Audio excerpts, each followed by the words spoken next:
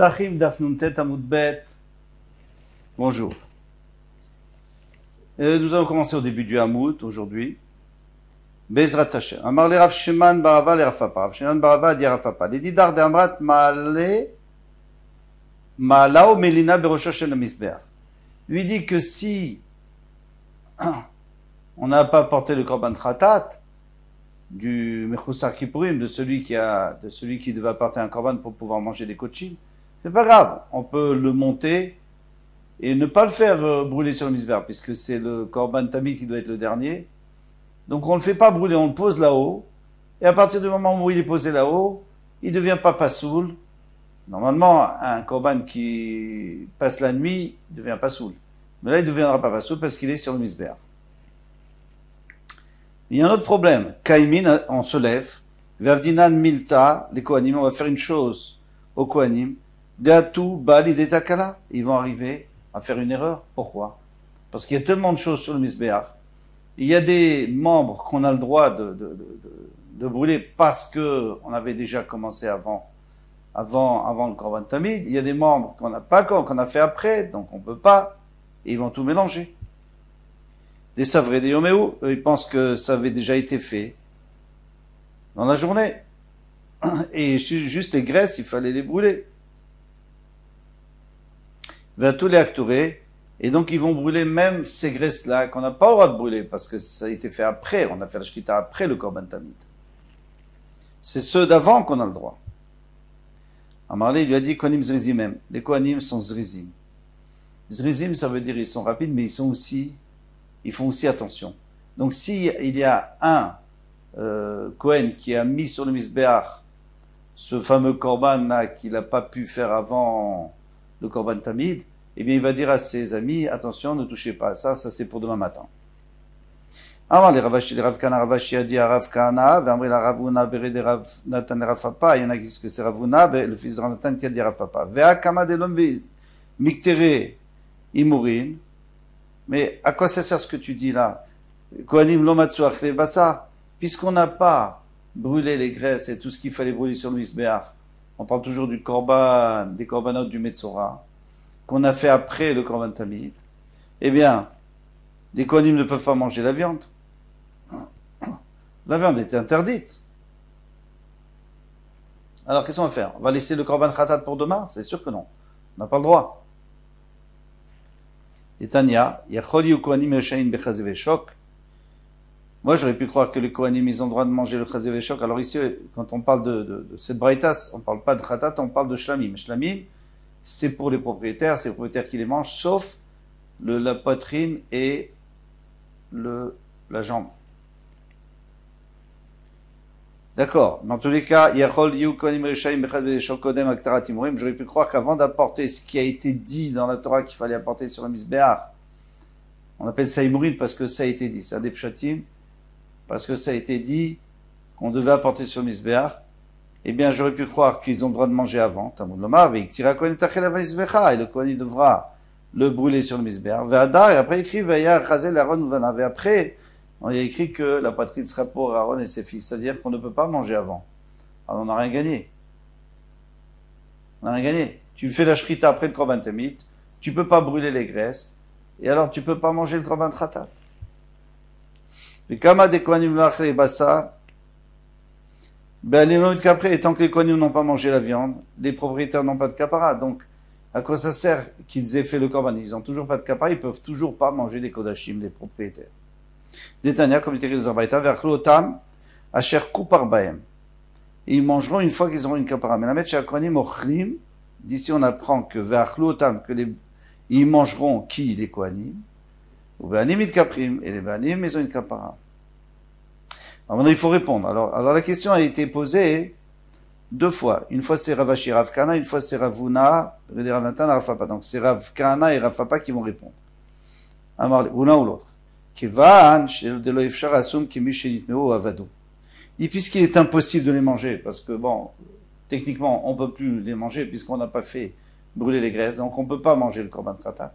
Et puisqu'on peut pas manger le Korban Khatat, alors ça ressemble à un cas où on a perdu les membres qu'on doit manger, ou alors qui sont devenus tmeim, et alors à ce moment-là, les kohanim ne peuvent pas les manger, parce qu'ils sont tmeim ou parce qu'il n'y en a plus.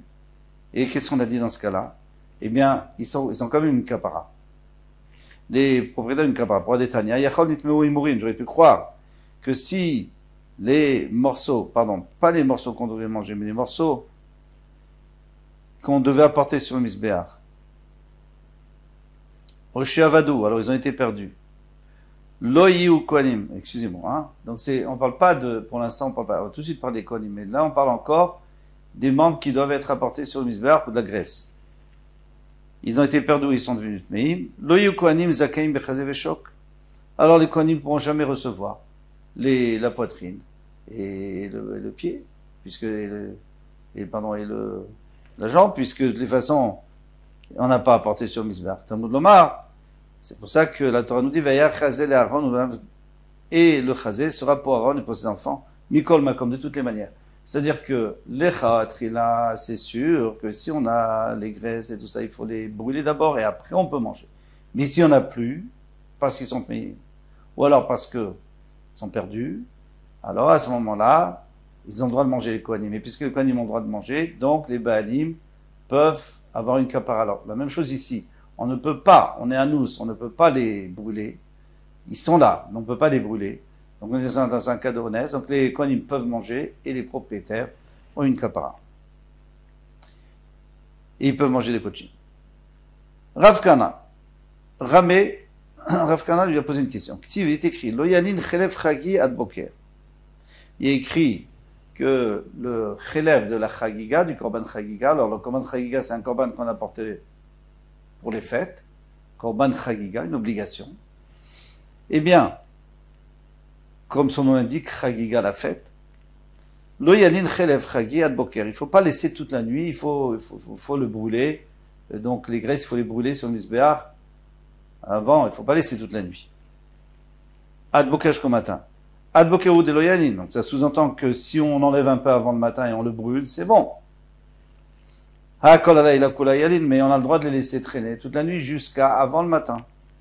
Vectif, pourtant il est écrit Vectira leachel ve'ashlamim. Il y a écrit qu'il faudra brûler les graisses des shlamim. Sur qui? Sur quoi? Sur le korban du matin. Vous vous souvenez, on avait appris ça.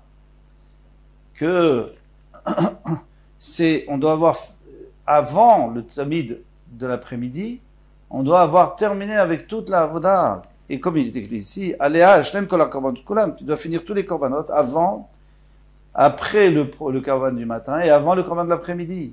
Alors comment voulez-vous que les graisses puissent rester toute la nuit? Même pas possible. Même pas rester après l'après-midi, puisque à partir de la 8e heure et demie, on a dit qu'on faisait le korban tamid. Où motive là? Lui il pose la question, vous me faites là, et il répond lui-même, Keshe Nitotru. Alors bien sûr, mais disons que c'est arrivé.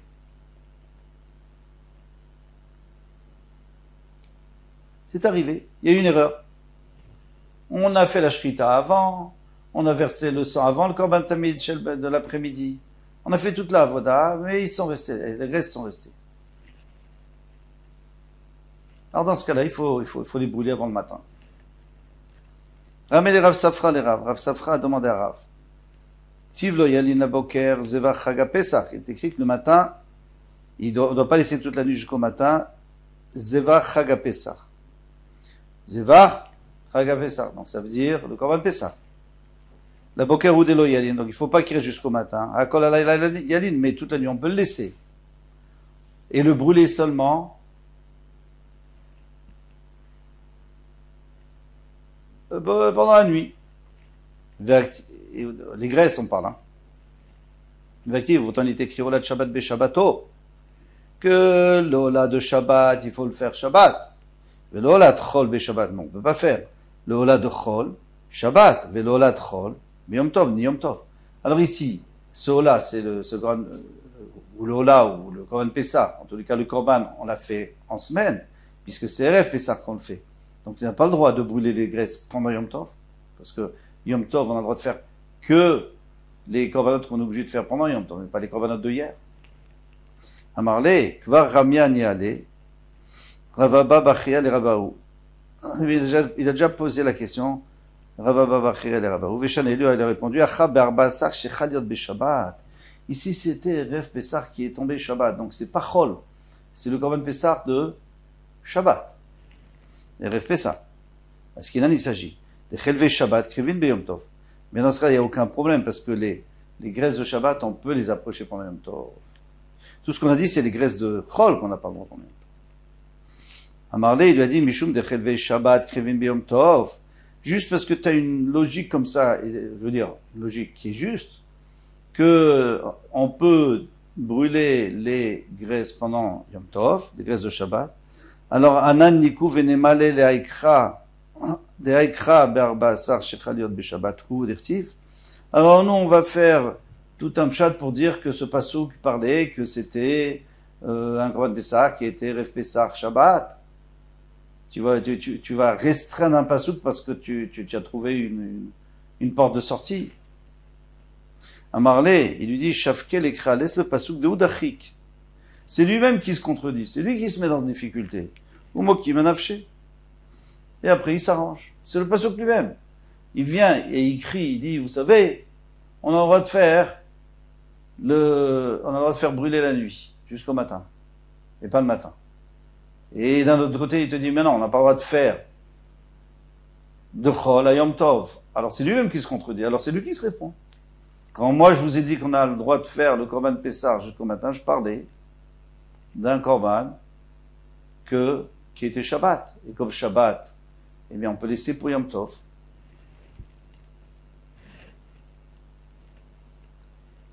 Je pense qu'on peut s'arrêter là parce qu'on a une nouvelle Mishnah. À moins de faire une introduction. Il va falloir introduire cette Mishnah, donc on va la faire maintenant. Et demain, on pourra attaquer la Mishnah directement. Alors, bien se concentrer. Il y a 4 travaux importants, primordiaux pour un korban. Shrita, donc l'égorger, recevoir le sang dans un keli du Beth Amikdash, troisième, apporter le sang sur le misbeach, et quatrième, sur le côté du misbeach, l'asperger, ça dépend, et quatrième, de